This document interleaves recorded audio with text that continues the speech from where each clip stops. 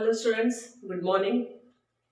In today's class, we are going to discuss about the bryophytes. As we know, kingdom Plantae has divided into 5 groups of plants. So they are algae, bryophytes, pteridophytes,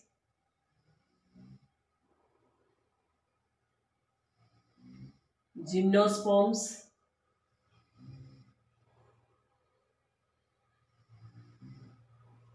angiosperms. Among these 5 groups of plants, algae are only aquatic plants. These are the aquatic plants. In our last video, we have completed all the general characters and their classification. So everything we have finished. So in today's class, we are going to discuss about the bryophytes. So bryophytes are the first land plants. These are the land plants. So all these are land plants. Bryophytes are the first land plants. And they play a very important role in ecological succession along with lichens. They play a very important role in the ecological succession. Along with lichens, they play a very important role in ecological succession. What is ecological succession? We'll discuss while discussing the economic importance of bryophytes. First, we'll discuss the general characters of bryophytes. General characters of bryophytes.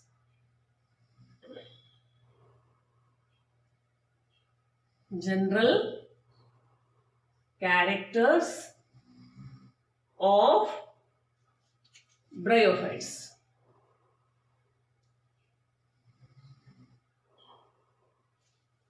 General characters of bryophytes.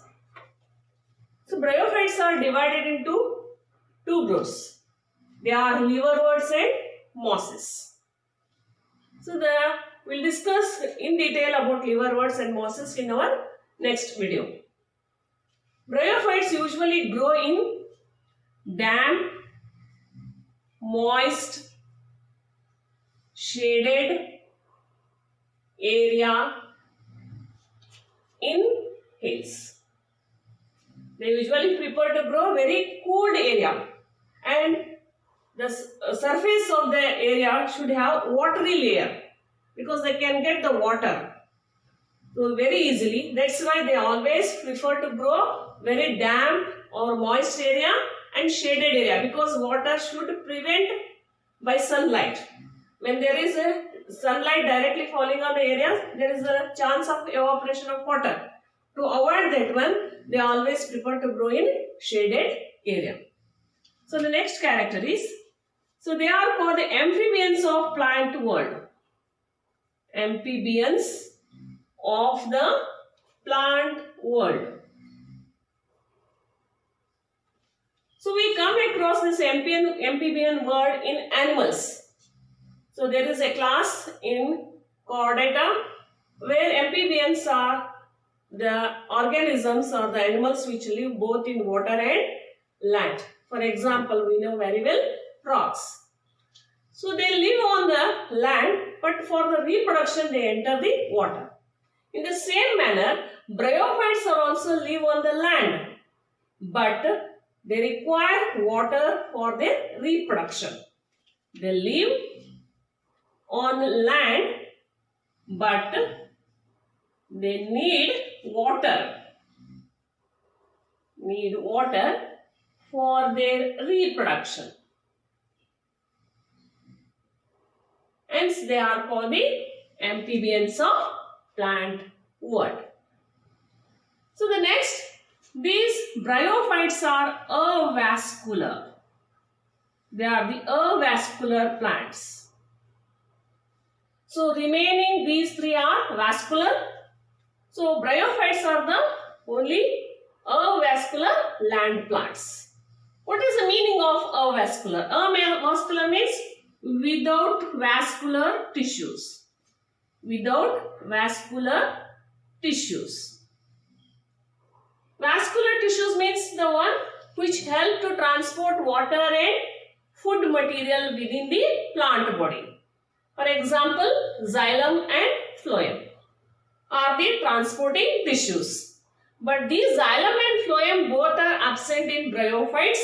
That's why these are called the avascular plants. These are called the avascular plants. So this is also one more reason for their growth in the moist and damp soil, because there is no specific tissue for the transportation of water.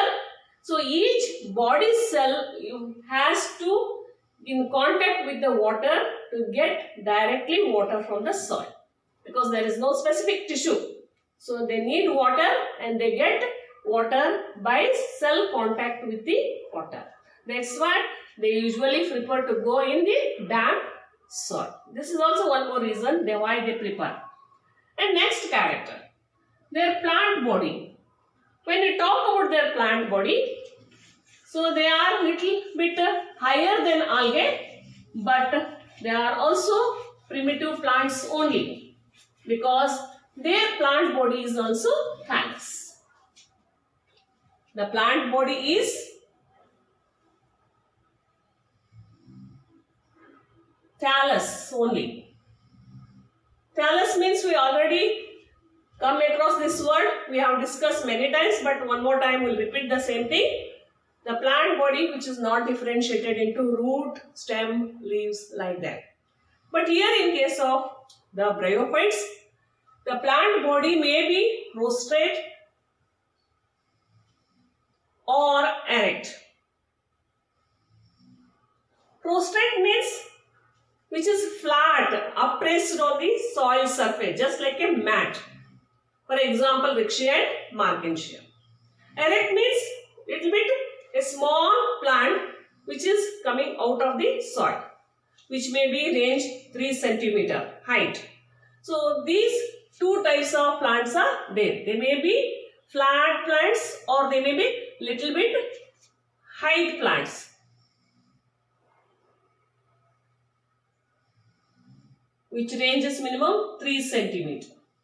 Usually they are not growing very large plants, because of the reason is they are avascular plants, because for that much height there is no tissue to provide the water and food. So we may get one largest plant in Bryophytes, Dawsonia. This is the largest plant. Height is 50 cm. It's the largest plant which is 50 cm. So they are attached on the soil by the help of multicellular rhizoids. These rhizoids help the plant to attach in the soil. So the next is they do not have true root, stem, leaves. They have root-like, stem-like, leaf-like structure. Bryophytes have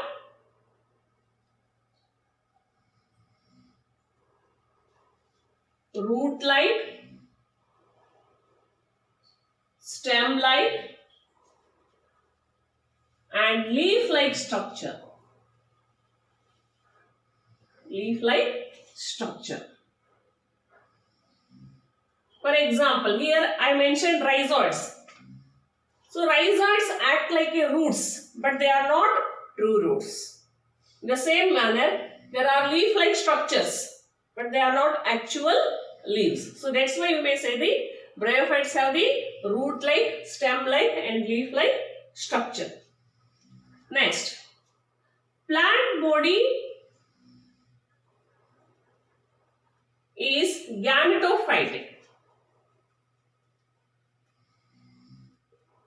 And this is predominant. Gametophytic body is predominant. And this gametophytic phase or plant body which produce the gametes, that's why it's a haploid. It's a haploid phase, and this haploid phase gametophytic produce the gametes. So in the last class or in the first class of plant kingdom only, we come across gametophytic phase, sporophytic phase, like that. So every plant body in its life cycle has two phases. One is gametophytic phase and another one is sporophytic phase. And they are alternating with each other. That's why the life cycle of plants is called the alternation of generation. Gametophytic phase is always haploid, whereas sporophytic phase is always diploid. Gametophytic phase produces the gametes, whereas sporophytic phase produces the spores. But the length of these two phases, whether they are free or dependent, is depending upon the type of plants. For example, now we are talking about the bryophytes. In case of bryophyte, the gametophytic phase is longer period compared to the sporophytic phase. Sporophytic phase is very shorter period. That's why we used to call gametophytic phase is predominant in bryophytes. They have predominant gametophytic phase because in their life cycle, gametophytic phase period is longer when compared to the sporophytic phase. So this is the reason. And another thing is, in case of bryophytes, gametophytic is free living, photosynthetic, whereas sporophytic is depending on gametophytic and it is not photosynthetic. This is another thing. We have to keep it in mind. Usually in higher plants, what happened? It is reverse. In higher plants like bryophytes, pteridophytes, gymnosperm and angiosperm, sporophytic is dominant, free living, photosynthetic, whereas gametophytic is depending. But in case of bryophyte, gametophytic phase is photosynthetic, free living, and sporophytic phase is depending on gametophyte. So this is the main difference between bryophytes and other higher plants. Next. So gametophytic phase produce multicellular sex organs.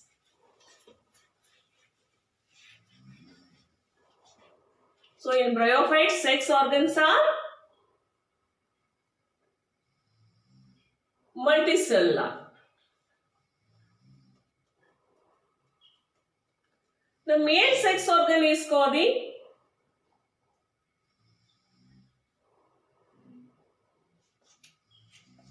antheridium, which produce biflagellate anthrozoids. And these anthrozoids swim in the water to reach the female gamete. And female sex organ is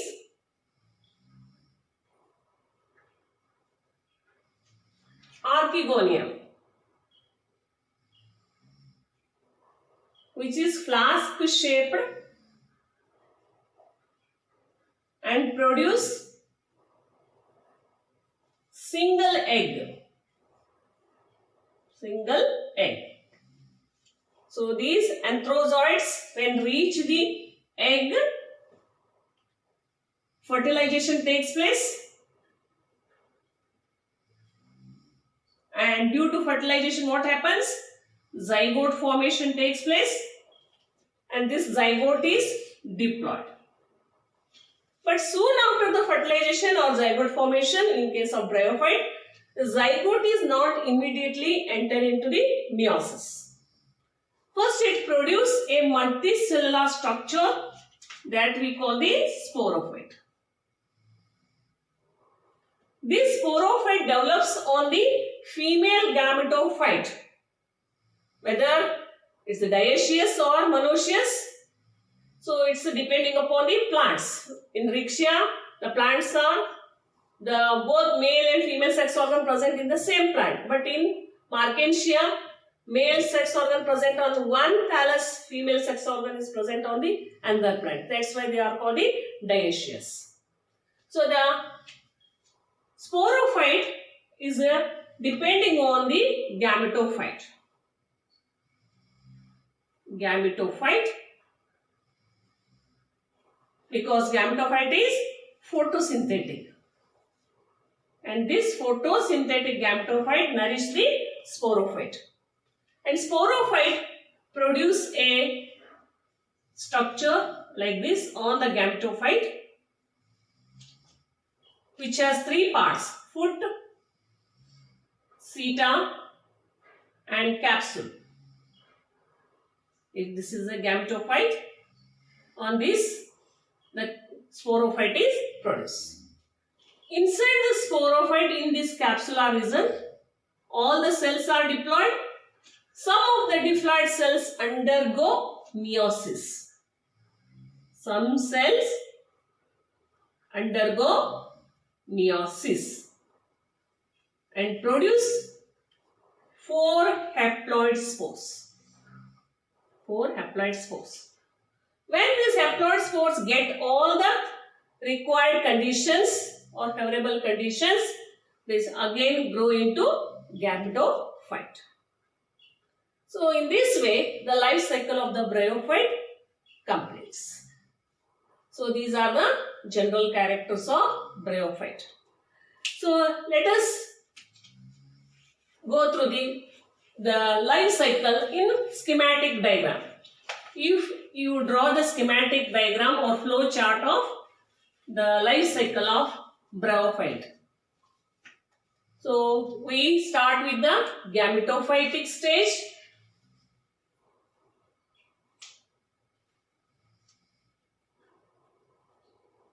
Which is haploid, produce 2 types of sex organs, antheridium, archegonium. Antheridium is a male sex organ, produce male gametes called anthrozoids, whereas archegonium is a female sex organ which produce female gamete called egg. When anthrozoids meet the egg, the media is here water. For the meeting of anthrozoids to the egg, water is needed because water is act as a media.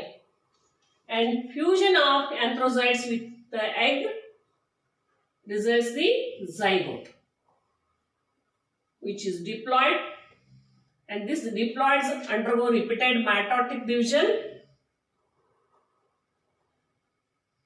and produce the sporophyte. Sporophytic phase, which is also diploid. But here the sporophyte is depending on the gametophyte. Depending on the gametophyte for its nourishment. Sporophyte produce the capsule, produce the haploid spores by meiosis, and these spores when germinate, they again produce the gametophyte. So the whole life cycle of the bryophytes, here the maximum period of the plant body is gametophyte. Only for the short period the sporophytic phase is there. That's why we call gametophytic phase is predominate. So we'll continue the next for the economic importance of bryophytes. We'll continue in today's class only. We'll discuss some of the economic importance of bryophytes.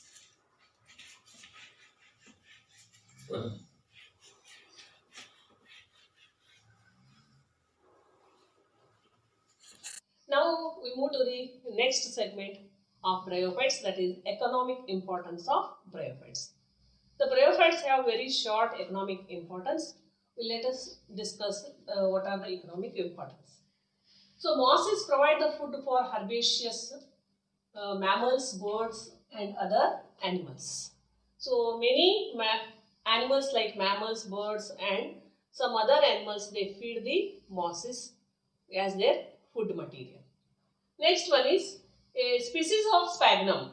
A moss provides the feed that have the very important used as a fuel. So this feed is used as a fuel. Feed means a mat-like structure. The sphagnum is a moss which growing on the soil as a mat-like structure. Once after they completely dries up. So this mat-like structure of mosses is used as a fuel. And their water holding capacity is also used as a packing material in the transshipment of some materials. So they also have this water holding capacity, and this is also used as a packaging the material. And along with lichens,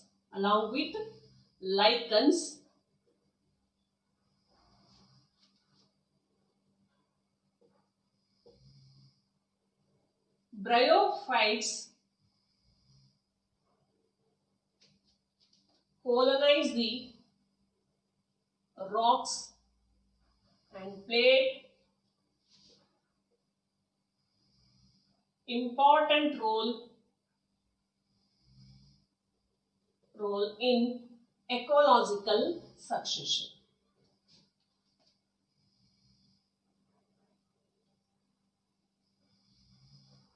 So ecological succession is very important to convert the rocky area to the forest.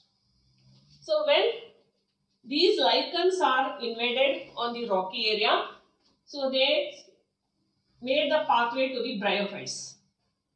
Lichens first appeared on the rocks, later bryophytes occupied,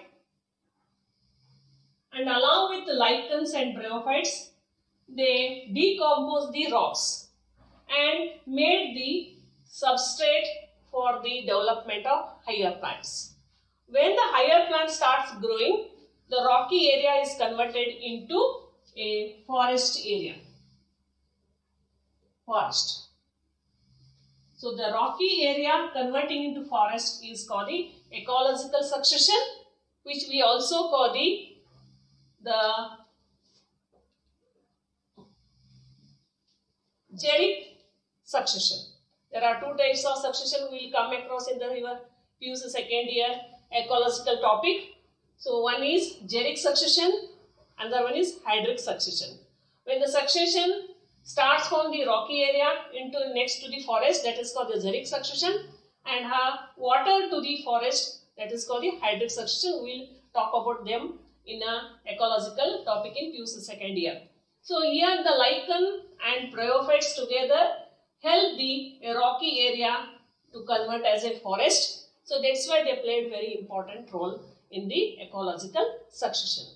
And one more important of these bryophytes are, they are also useful for maintaining the soil fertility by reducing the impact of the rain falling, because they cover the soil and they reduce the falling rain impact, and due to that what happens, they prevent the soil erosion. In this manner they maintain the soil fertility. So these are the very few economic importance of the bryophytes. Here I am going to end up the topic bryophytes. In the next class we will discuss about the two groups of bryophytes. They are liverworts and mosses. Thank you.